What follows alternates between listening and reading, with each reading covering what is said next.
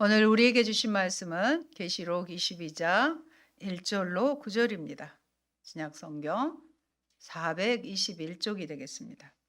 합독하도록 하겠습니다. 또 그가 수정같이 맑은 생명수의 강을 내게 보이니 하나님과 및 어린 양의 보좌로부터 나와서 길 가운데로 흐르더라. 강 좌우에 생명나무가 있어 12가지 열매를 맺되 달마다 그 열매를 맺고 그 나무 잎사귀들은 만국을 치료하기 위하여 있더라. 다시 저주가 없으며 하나님과 그 어린 양의 보좌가 그 가운데 있으리니 그의 종들이 그를 섬기며 그의 얼굴을 볼 터에요 그의 이름도 그들의 이마에 있으리라. 다시 밤이 없겠고 등불과 햇빛이 쓸데없으니 이는 주 하나님이 그들에게 비치심이라. 그들이 세세토록 왕노릇 하리로다. 또 그가 내게 말하기를 이 말은 신실하고 참된지라. 주 곧 선지자들의 영의 하나님이 그의 종들에게 반드시 속히 되어질 일을 보이시려고 그의 천사를 보내셨도다. 보라, 내가 속히 오리니 이 두루마리 애언의 말씀을 지키는 자는 복이 있으리라 하더라. 이것들을 보고 들은 자는 나 요한이니 내가 듣고 볼 때에 이 일을 내게 보이던 천사의 발 앞에 경배하려고 엎드렸더니 그가 내게 말하기를 나는 너와 내 형제 선지자들과 또 이 두루마리의 말을 지키는 자들과 함께 된 종이니 그리하지 말고 하나님께 경배하라 하더라. 아멘. 오직 예수님, 예수 그리스도의 은혜와 평강이 넘칠지어다. 아멘. 오늘 우리에게 주신 말씀은 계시록 22장 1절로 9절입니다. 새 예루살렘에서의 삶. 우리가 새 예루살렘 성에 들어가서 살 건데 어떠한 삶을 살 것인지 오늘 말씀을 통해서 미리 그 축복을 받으시기 바랍니다. 새 예루살렘 성전은 그리스도 안에 있는 그리스도의 신부인 교회의 공동체, 즉 성도이라는 것을 우리는 이미 배웠습니다. 오늘 본문인 계시록 22장 1절로 5절에서는 새 예루살렘에서의 삶을 소개합니다. 그런데 이번에는 성전 안으로 들어가 그 안의 광경을 소개합니다. 21장까지는 성곽의 모습, 성의 모습 이런 것들을 소개했잖아요. 특별히 이러한 삶의 특징은 에덴에서의 삶의 회복에 초점을 맞추어 기록합니다. 맨 처음 아담을 만드시고 부족함이 없는 에덴을 주셨잖아요. 그 에덴을 잊어버리게 됐는데 범죄함으로 잊어버리게 됐는데 마지막 성경의 마지막인 22장에 와서 에덴의 회복이 된다는 것입니다.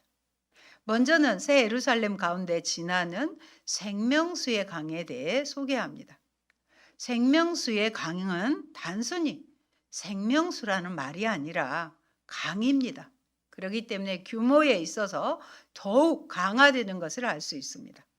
이런 생명수의 강은 수정같이 맑다고 생명수의 정결함을 보여주며 거룩한 성전과 같은 새 예루살렘의 속성과 매우 잘 조화됩니다. 이러한 생명수의 강은 하나님과 어린 양의 보좌로부터 흘러나옵니다. 성경은 이 보좌를 하나님과 어린 양의 보좌라고 설명합니다. 이것은 성부 하나님과 성자 하나님의 격이 같음을, 다른 말로 본질이 같음을 의미합니다. 그런데 이 보좌로부터 놀랍게도 생명수의 강이 흘러나옵니다. 이러한 생명수 강의 원천은 창세기 2장에서 소개되는 에덴에서 시작하는 강의 흐름과 비교됩니다. 여러분, 창세기 2장 10절로 14절에 보면 에덴 동산에서 흘러나오는 강물이 있습니다. 에덴을 지나 에덴 동산을 적시고 온 땅을 적시는 풍성함의 근원이 됩니다. 물이 닿는 곳마다 생명의 근원이 시작되었다는 말입니다. 히데겔, 기손, 비손, 유브라데 강으로 이루어져 만국을 적시도록 되어 있습니다. 그래서 에덴 동산은 보기에 아름답고 먹기에 좋은 나무들이 풍성하게 자랄 수 있습니다. 이러한 강물은 다시 에스겔 47장에도 등장합니다. 1절로 5절에서 생명수 강물은 성전에서 흘러나옵니다. 성전에서 흘러나오는 생명수 강물은 죽어 있는 모든 것들을 살려내게 되는데 성전 문으로부터 흘러나오고 있음을 보여줍니다. 7절로 12절에서는 이 강물이 흘러갈 때 어떠한 변화를 가져오는가를 소개합니다. 성전에서 나오는 물이 이르는 곳마다 모든 생물이 소성함을 얻습니다. 되살아납니다. 되살아난다는 것은 이미 마르고 끊어져 황폐하고 죽었다는 것을 존재합니다. 그런데 이러한 소성함을 가능하게 한 물이 바로 성전에서 나온다는 점을 우리는 주목할 필요가 있습니다.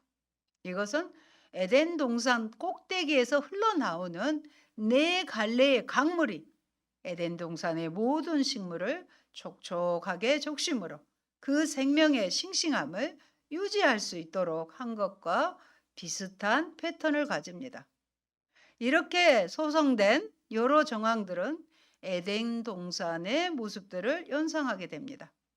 그렇다면 에스겔의 본문은 성전에서 나온 물에 의해 에덴의 회복이 이루어지고 있음을 시사해주고 특별히 12절에서 강 좌우에 각종 과실나무가 자라서 그 잎이 시들지 않고 열매가 끊임없이 끊어지지 않으며 달마다 새 열매를 맺을 것이라는 거 하셨는데 이것은 오늘 본문의 22장 2절에 영향을 주는 내용인 것입니다.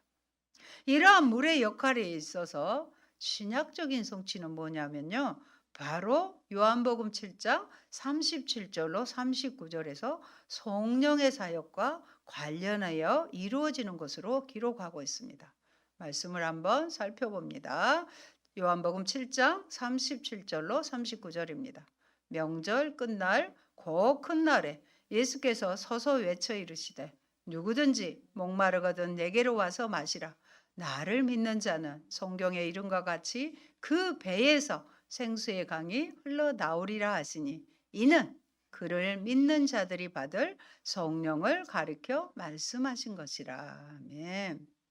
여러분, 그 생수의 강은 믿는 자들이 받을 성령을 의미합니다. 즉 생수의 강은 성령님의 임재를 말하는데 요한복음 4장에서 수가성 여인에게 이미 예수님께서 제공하신 바 있습니다. 생수의 강을 체험한 수가성 여인은 그의 삶에 있어서 완벽한 회복의 삶을 살게 되는 것입니다.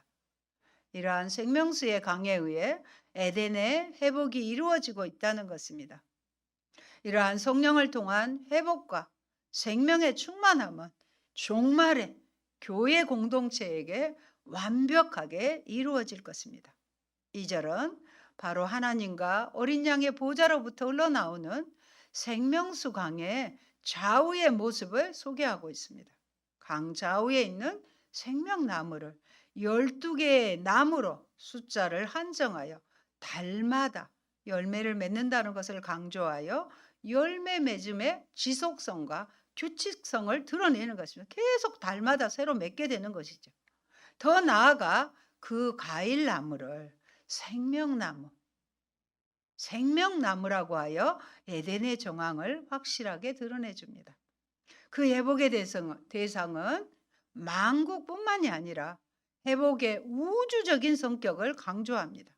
곧 교회 공동체는 만국으로부터 택함을 받은 자들로 구성이 되는 것입니다. 사랑하는 여러분, 교회 공동체가 누리게 될 에덴적 삶의 정황입니다.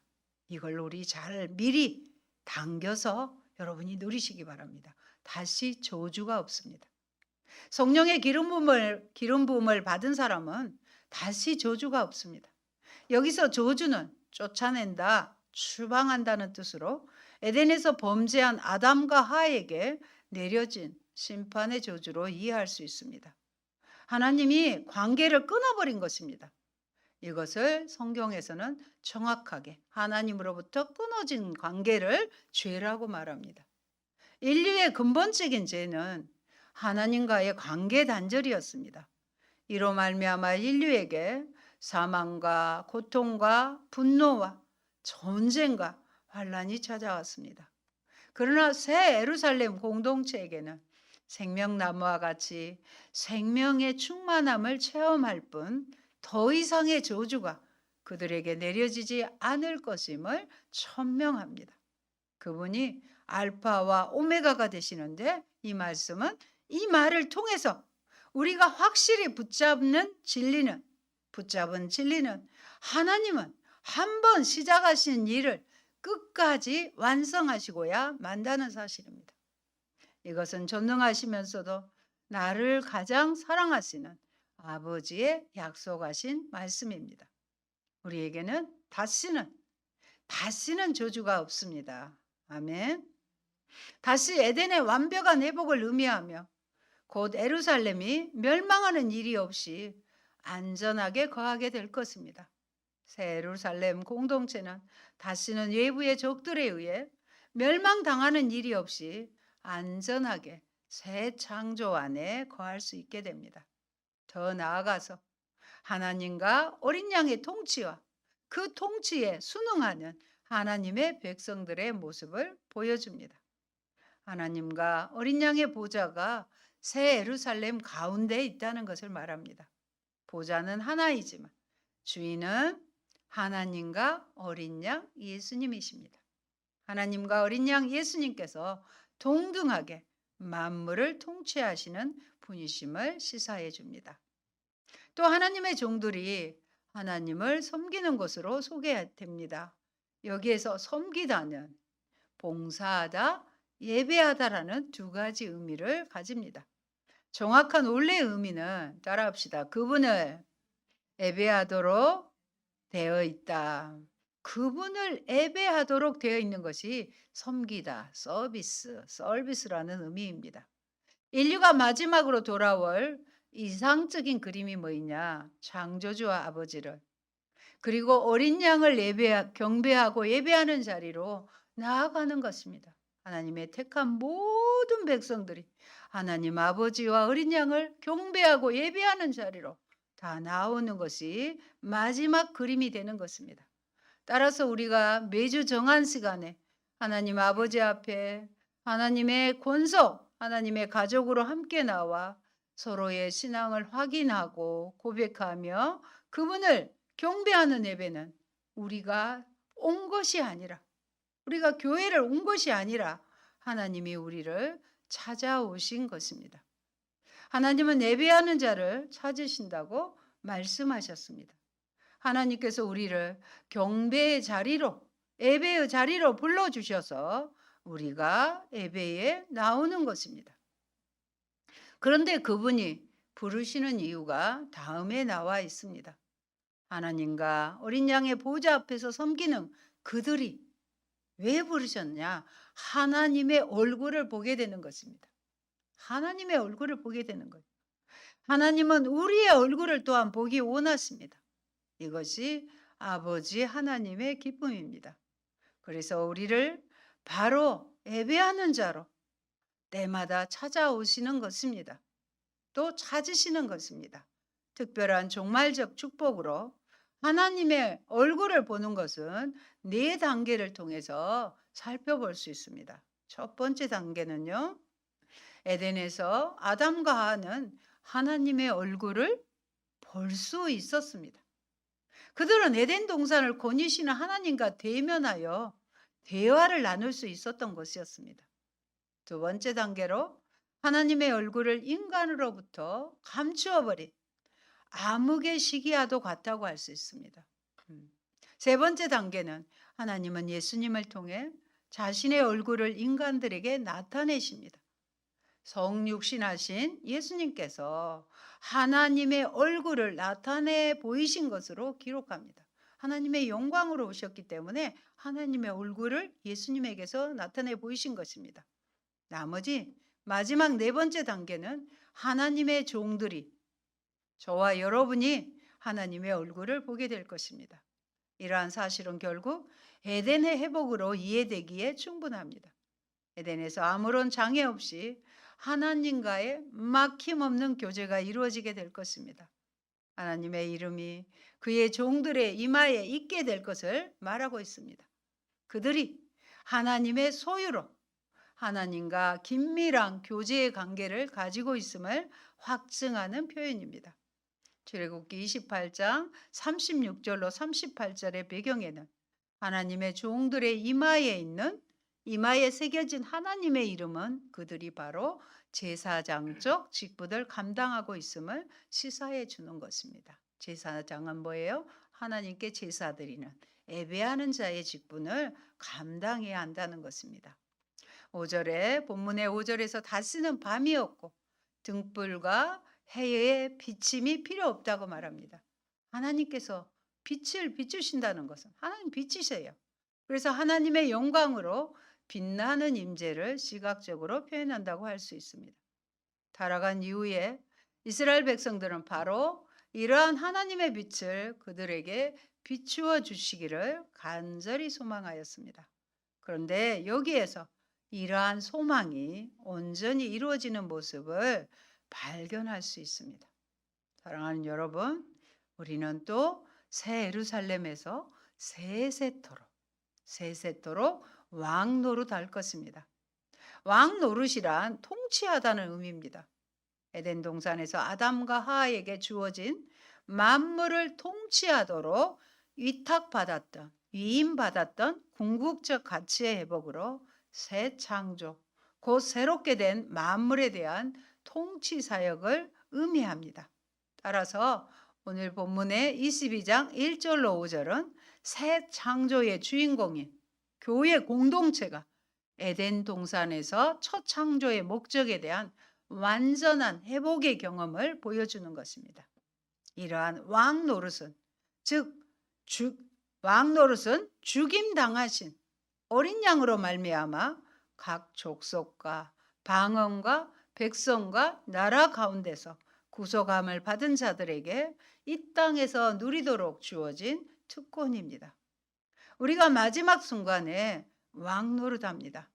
그것은 우리의 아버지가 보좌에 앉으신 왕이기 때문에 우리가 왕이 되는 것입니다. 그러므로 만유의 주가 되시고 나를 가장 사랑하시는 왕이신 아버지께 내 인생의 주권을 다시 회복해 드리는 것이 가장 복된 것입니다. 이것이 예배이며 경배입니다.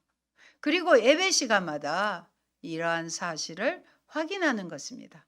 또 이 은혜를 깨닫게 하시고 누리게 하시는 분이 바로 성령 하나님으로 생명수의 강입니다.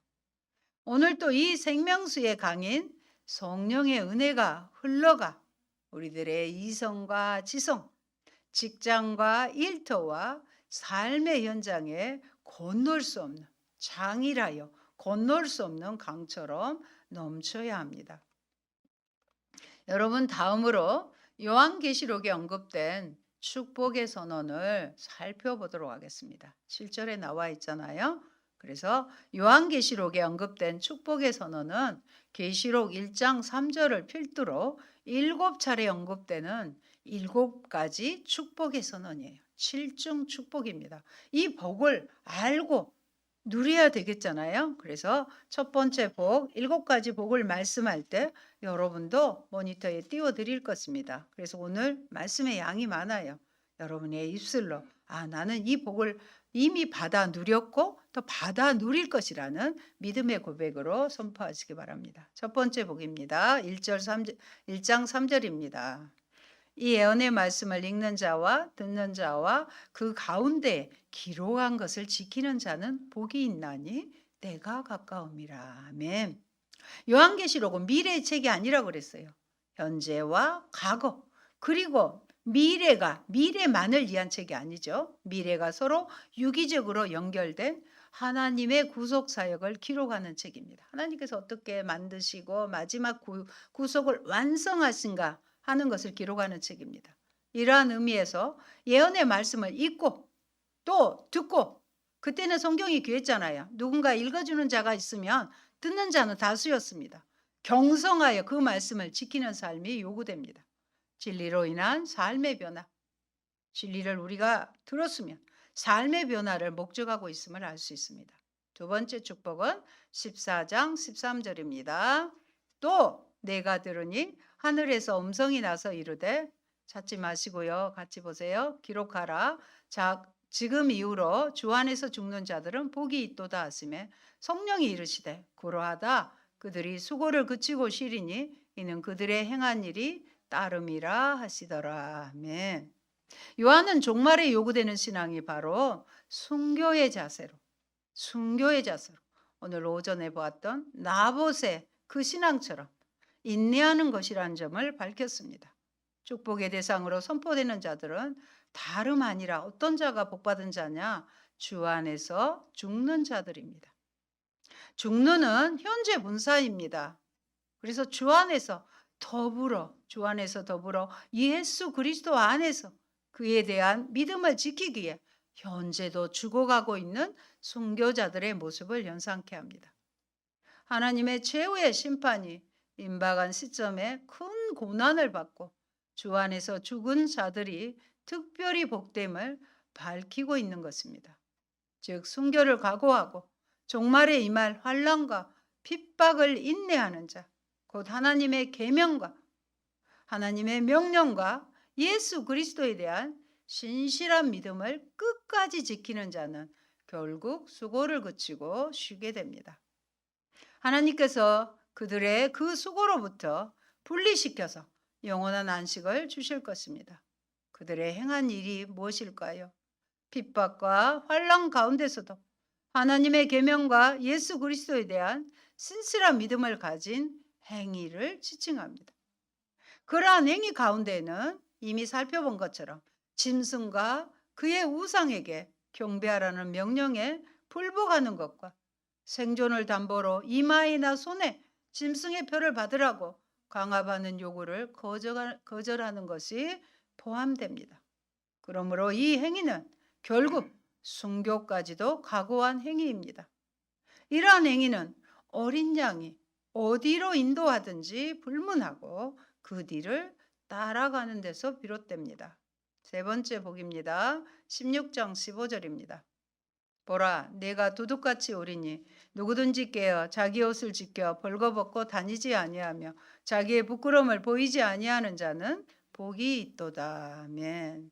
실제로 예수님께서도 마태복음 24장 42절로 44절에 이렇게 말씀하십니다. 그러므로 깨어 있으라. 어느 날에 너희 주가 임할는지 너희가 알지 못함이니라.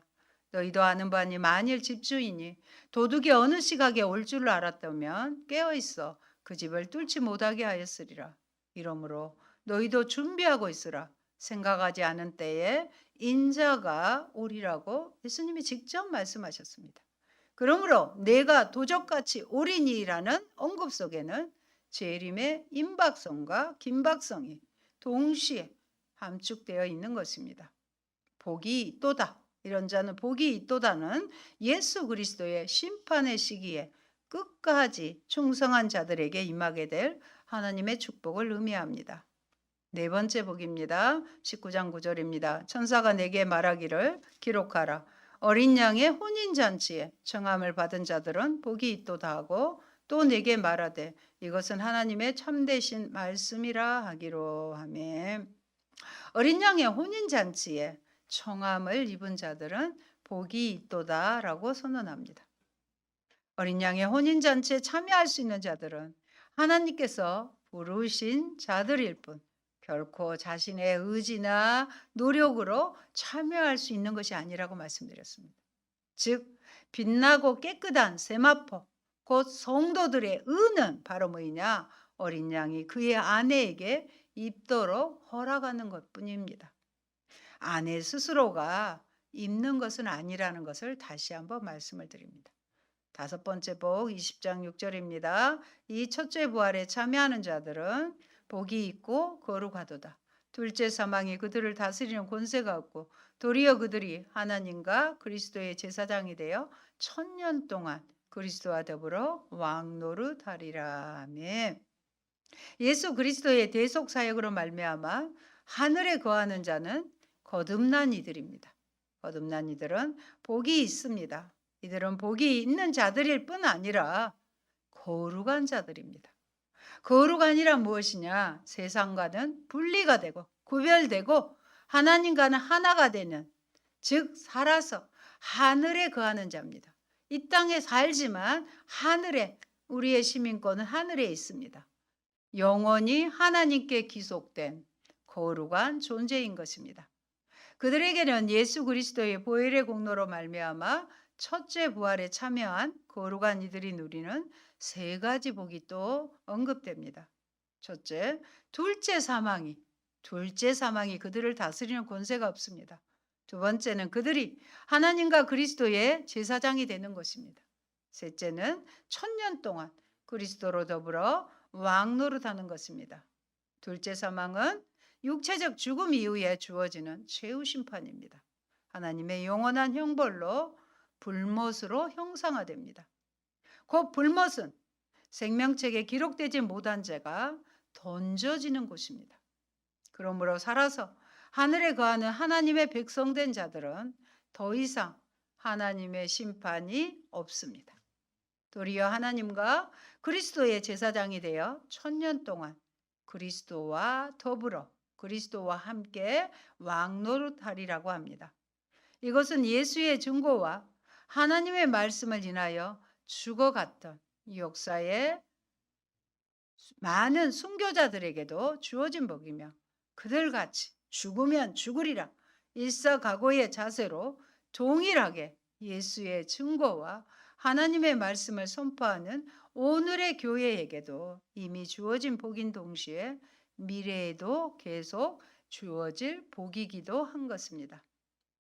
예수 그리스도의 대속으로 인해 거듭난 거룩한 하나님의 백성은 바로 거듭난 그 순간부터 예수 그리스도의 왕적인 통치에 동참하게 되는 것입니다. 여섯 번째 복입니다. 오늘 말씀의 본문입니다. 22장 7절이에요. 보라, 내가 속히 오리니 이 두루마리의 예언의 말씀을 지키는 자는 복이 있다 하더라. 아멘. 보라, 내가 속히 오리니는 예수 그리스도의 임박한 재림을 더욱 분명하게 드러내며, 이러한 때일수록 성도는 이 책의 예언의 말씀을 지키는 자가 복이 있으리라는 말씀을 더욱 명심해야 합니다. 말씀을 지키는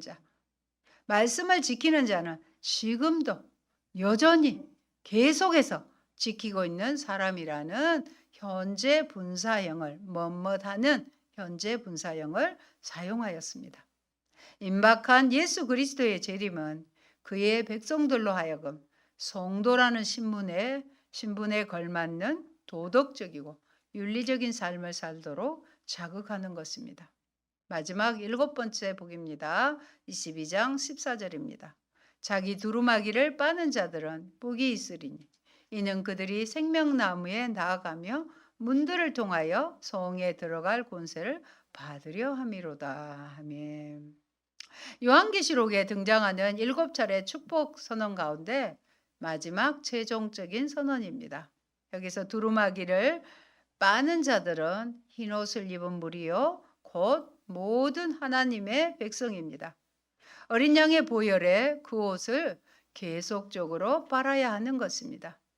자신의 옷을 계속 빠는 자들은 생명나무에 나아가며, 또한 그들에게는 곧 새 예루살렘에 입성할 수 있는 권세가 주어진다는 점에서 그들은 복 있는 자들입니다. 생명나무는 명백히 에덴 동산 모티브와 관련되며, 성은 새 예루살렘 성 모티브와 상관이 되는 것입니다. 이상에서 살펴본 것처럼 22장 1절로 5절은 에덴의 모티브를 중심으로 구성되어 있음을, 에덴이 회복되어 있는 것을 알 수 있습니다. 이를 통하여 새 예루살렘 교회 공동체는 종말적 완성을 이루는 에덴의 삶을 회복하게 되어 드디어 구성 역사의 완성을 이루는 상태에 이르게 됩니다. 사랑하는 성도 여러분, 주님은 속히 오시겠다고 분명하게 말씀하셨습니다. 각자의 행위와 행실대로 공의롭게 갚아주시고 영원하고 의로운 하나님 나라를 완성하기 위하여 속히 오실 것이라고 약속하셨습니다. 따라서 이렇듯 속히 오실 주님을 기다리며 사는 우리는 뜬구름 같고 이내 사라질 아침 안개와 물거품 같은 이 세상을 목적으로 살아서는 안 됩니다. 비록 우리 눈에 아무 증거 보이지 않고 귀에 아무 소리 들리지 아니할지라도 속히 오실 주님에 대한 믿음만을 굳게 잡고 끝까지 인내하며 소망을 이루어 나가야 합니다. 그리할 때 우리는 속히 오실 주님 앞에서 진정 기쁘고 영광된 모습으로 서 있게 될 것입니다. 계시록을 통해서 생일 축하. 우리에게 약속하신 축복을 순종함으로 다 누리시는 여러분들이 되시기를 바랍니다. 아멘. 좋으신 하나님 감사합니다.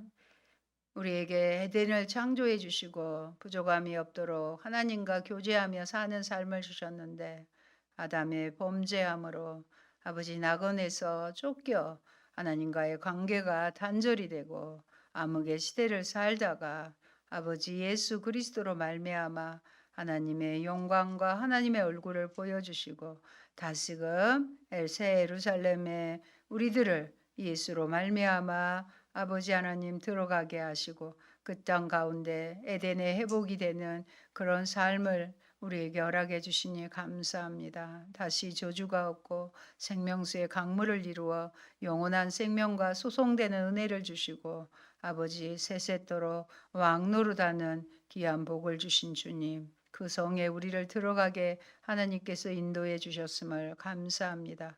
그래서 이 땅을 사는 동안 비록 힘들고 어렵고 억울하고 때로 눈물이 나고 힘들어도 아버지 새 예루살렘 성 주님의 보좌와 통치를 아버지 마음으로 믿음으로 고백하며 넉넉히 이겨내는 저희가 되게 하여 주시옵소서. 예수님 이름으로 기도합니다. 아멘.